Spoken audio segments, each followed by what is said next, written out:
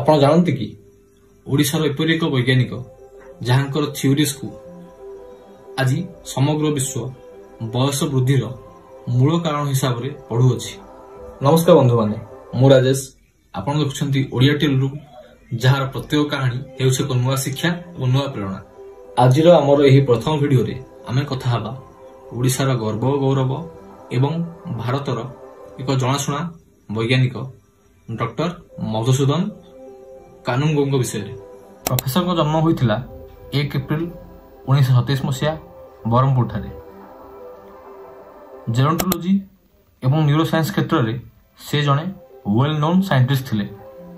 ଏହାଛଡ଼ା ସେ molecular biology ଏବଂ ବାୟୋକେମିଷ୍ଟ୍ରିର ଲେକ୍ଚର ଭାବେ ମଧ୍ୟ ବହୁତ ଫେମସ୍ ଥିଲେ। ଆପଣଙ୍କ ମନରେ ପ୍ରଶ୍ନ ଆସୁଥିବ, ବୟସ ବଢ଼ିବା ସହିତ ଆମର ଜିନ୍ ଗୁଡ଼ିକରେ କିପରି ଚେଞ୍ଜେସ୍ ଆସେ ଏବଂ ଏହି ଚେଞ୍ଜେସ୍ର ଏଜିଂ ସହିତ କେଉଁ ଟାଇପ୍ର ରିଲେସନ୍ ଅଛି? ଏହି ସବୁ ପ୍ରଶ୍ନର ଉତ୍ତର ଦେଇଥିଲେ ସେ ତାଙ୍କର ପ୍ରସିଦ୍ଧ ସିଦ୍ଧାନ୍ତ ଜିନ୍ ଏକ୍ସପ୍ରେସନ୍ ଥିଓରି ଅଫ୍ ଏଜିଂରେ, ଏବଂ ଏହି ଥିଓରିକୁ ଆଜି ସମଗ୍ର ବିଶ୍ୱର ବୈଜ୍ଞାନିକମାନେ ସ୍ୱୀକାର କରନ୍ତି। ଓଡ଼ିଶାର ଏହି ମହାନ ବିଜ୍ଞାନୀଙ୍କର ଶିକ୍ଷାଯାତ୍ରା ସାଧାରଣ ନଥିଲା। ଏହା ହେଉଛି ଏକ ପ୍ରେରଣା। ମଧୁସୂଦନ କାନୁନଗୋ 1949 ମସିହାରେ ଉତ୍କଳ ବିଶ୍ୱବିଦ୍ୟାଳୟରୁ BSc ସମାପ୍ତ କରିଥିଲେ ଏବଂ ଲକ୍ଷ୍ନୌ ୟୁନିଭର୍ସିଟିରେ ଅଳ୍ପ ସମୟ ଗବେଷଣା କରିବା ପରେ ସେ କଟକର ରେଭେନ୍ସା କଲେଜରେ ଜିଓଲୋଜି ଲେକ୍ଚର ଭାବେ ମଧ୍ୟ କାମ କରିଥିଲେ। କିନ୍ତୁ ସେଠାରେ ରହିଯିବା ତାଙ୍କର ଲକ୍ଷ୍ୟ ନଥିଲା। ସେ ବିଶ୍ୱସ୍ତରରେ ବିଜ୍ଞାନକୁ ବୁଝିବା ଓ ଗବେଷଣା କରିବାକୁ ଚାହୁଁଥିଲେ। ତାଙ୍କର ଏହି ସ୍ୱପ୍ନକୁ ସାକାର କରିବା ପାଇଁ ସେ ଯାଇଥିଲେ ଯୁକ୍ତରାଷ୍ଟ୍ରର ୟୁନିଭର୍ସିଟି ଅଫ୍ ଇଲିନୋଇସ୍କୁ। ସେ ବିଶ୍ୱ ପ୍ରସିଦ୍ଧ ବୈଜ୍ଞାନିକ ପ୍ରଫେସର କ୍ଲିଫୋର୍ଡ ଲୟାର୍ଡ ପ୍ରୋସରଙ୍କ ଅଣ୍ଡରରେ ଫିଜିଓଲୋଜିରେ PhD କମ୍ପ୍ଲିଟ୍ କରିଥିଲେ। ସେ ଗୋଲ୍ଡଫିଶ୍ର ନର୍ମାଲ ଓ ଏକ୍ସପେରିମେଣ୍ଟାଲ କଣ୍ଡିସନରେ ଅକ୍ସିଜେନ୍ କନଜମ୍ପସନ୍ ଏବଂ ବଡି ଟେମ୍ପରେଚରର ଚେଞ୍ଜେସ୍ ଏବଂ ଲିଭର ମାଇଟୋକଣ୍ଡ୍ରିଆରେ ଅକ୍ସିଡେଟିଭ୍ ଫସ୍ଫୋରିଲେସନ୍ ଆଦି ବିଷୟରେ ଗଭୀର ଅଧ୍ୟୟନ କରିଥିଲେ। ପ୍ରଫେସର କାନୁନଗୋ ତାଙ୍କର ଏଜିଂ ରିସର୍ଚ୍ଚ ସମୟରେ ଏକ ମହତ୍ତ୍ୱପୂର୍ଣ୍ଣ ସମସ୍ୟାକୁ ନେଲେ, ଅର୍ଥାତ୍ ବୟସ ଅନୁଯାୟୀ ମୂଷାର ମସ୍ତିଷ୍କ ଓ ଅନ୍ୟାନ୍ୟ ଅଙ୍ଗରେ କେଉଁ ବାୟୋକେମିକାଲ ଓ ମଲିକୁଲାର ଚେଞ୍ଜେସ୍ ଘଟେ।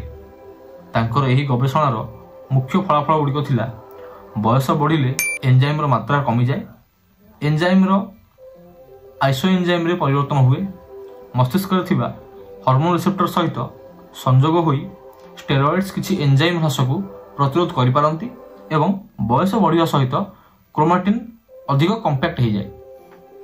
କ୍ରୋମାଟିନ୍ର ସଂକୁଚନ ହେବା ଦ୍ୱାରା ହିଷ୍ଟୋନର ଏସିଟାଇଲେସନ୍ କମିଯାଏ ଓ ଜିନ୍ ଟ୍ରାନ୍ସକ୍ରିପ୍ସନ୍ ହ୍ରାସ ପାଏ। ଏହା ହିଁ ଥିଲା ତାଙ୍କ ଜିନ୍ ଏକ୍ସପ୍ରେସନ୍ ଥିଓରି ଅଫ୍ ଏଜିଂର ମୂଳ ଆଧାର। ପ୍ରଫେସର ତାଙ୍କ ଜୀବନର ଶେଷ ପର୍ଯ୍ୟନ୍ତ ବୟସ ସହିତ ସମ୍ପର୍କିତ ବିଭିନ୍ନ ଆଣବିକ ଓ ଜୈବ ରାସାୟନିକ ପ୍ରକ୍ରିୟା ଉପରେ ଅନୁସନ୍ଧାନ ଜାରି ରଖିଥିଲେ। ସେ ବିଶେଷ ଭାବରେ ବହୁତ ସାରା ବିଷୟ ଉପରେ ଗୁରୁତ୍ୱ ଦେଇଥିଲେ, ଯେମିତି ନ୍ୟୁରୋ ଟ୍ରାନ୍ସମିଶନ୍ ଓ ଜିନ୍ ଏକ୍ସପ୍ରେସନ୍, ଲର୍ଣ୍ଣିଂ ଓ ମେମୋରି କ୍ରିଏସନ୍ରେ ଆଣବିକ ପ୍ରକ୍ରିୟା ଏବଂ ବ୍ଲଡ୍ ବ୍ରେନ୍ ବ୍ୟାରିୟରର ଗଠନ ଓ ବୟସ ବଦଳିଲେ କିପରି ଏହାକୁ ତିଆରି କରୁଥିବା ଜିନ୍ର ଏକ୍ସପ୍ରେସନ୍ରେ ଚେଞ୍ଜେସ୍ ଆସେ। Professor Kanungo association of gerontology of India AGIର ପ୍ରତିଷ୍ଠାତା, ସଭାପତି ଏବଂ ପୃଷ୍ଠପୋଷକ ଥିଲେ। ସେ 1999ରୁ 2011 ମସିହା ପର୍ଯ୍ୟନ୍ତ ଭାରତ ସରକାରଙ୍କର ନ୍ୟାସନାଲ୍ କାଉନସିଲ୍ ଫର୍ ଓଲ୍ଡର ପର୍ସନ୍ସର ସକ୍ରିୟ ସଦସ୍ୟ ଥିଲେ ଏବଂ ଏହି ପରିଷଦ national initiative for care for elderly ନୀତି ପ୍ରସ୍ତାବ କରିଥିଲା। ସେ ନଫିଲ୍ଡ ଫାଉଣ୍ଡେସନ୍ ଏବଂ PL480ରୁ ଆନ୍ତର୍ଜାତୀୟ ସ୍ତରରେ ଅନୁଦାନ ମଧ୍ୟ ଲାଭ କରିଥିଲେ।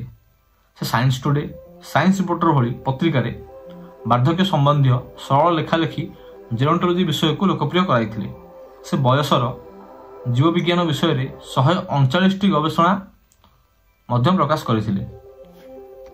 ତାଙ୍କର ପବ୍ଲିକେସନ୍ ପାଇଁ ଜେରୋଣ୍ଟୋଲୋଜି ବିଷୟଟି ଜାତୀୟ ମଞ୍ଚରେ ପ୍ରକାଶିତ ହେଲା ଏବଂ ଏହାକୁ UGC, CSIR, ICMR, DST, DBT ଭଳି ସଂସ୍ଥାମାନେ ଅନୁସନ୍ଧାନ ଓ ଶିକ୍ଷା ପାଇଁ ମୁଖ୍ୟ ବିଷୟ ଭାବରେ ଗ୍ରହଣ କରିଥିଲେ।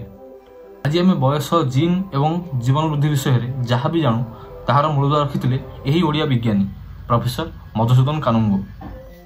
ତାଙ୍କର ଏହି ବୈଜ୍ଞାନିକ ଅବଦାନ ପାଇଁ 2005 ମସିହାରେ ସେ ଭାରତର ଚତୁର୍ଥ ସର୍ବୋଚ୍ଚ ନାଗରିକ ସମ୍ମାନ ପଦ୍ମଶ୍ରୀ ଦ୍ୱାରା ସମ୍ମାନିତ ହୋଇଥିଲେ।